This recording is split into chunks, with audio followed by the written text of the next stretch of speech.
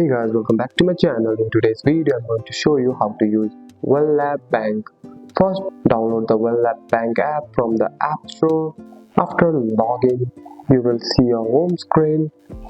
This screen shows your account balance and the recent transaction. You can quickly check how much money you have and see your latest activity. If you want to send money, tap the transfer and send button. Then choose the person or the account you want to send the money, enter the amount, receive the details and confirm transfer using your PIN or fingerprint. To receive money, share your account number to the payment details with the sender. Send the transfer, it complete, the money will appear in your account. You can also check your transaction history anytime by tapping on your account. Helps you to track your spending and manage your money. For security reasons, always keep your password and PIN private. You can also turn on your fingerprint or face ID for the fast and safe login. And that's it. That's all for today's video, guys. If you found this video helpful, drop a like and subscribe for more videos. Thanks for watching. See you in the next one.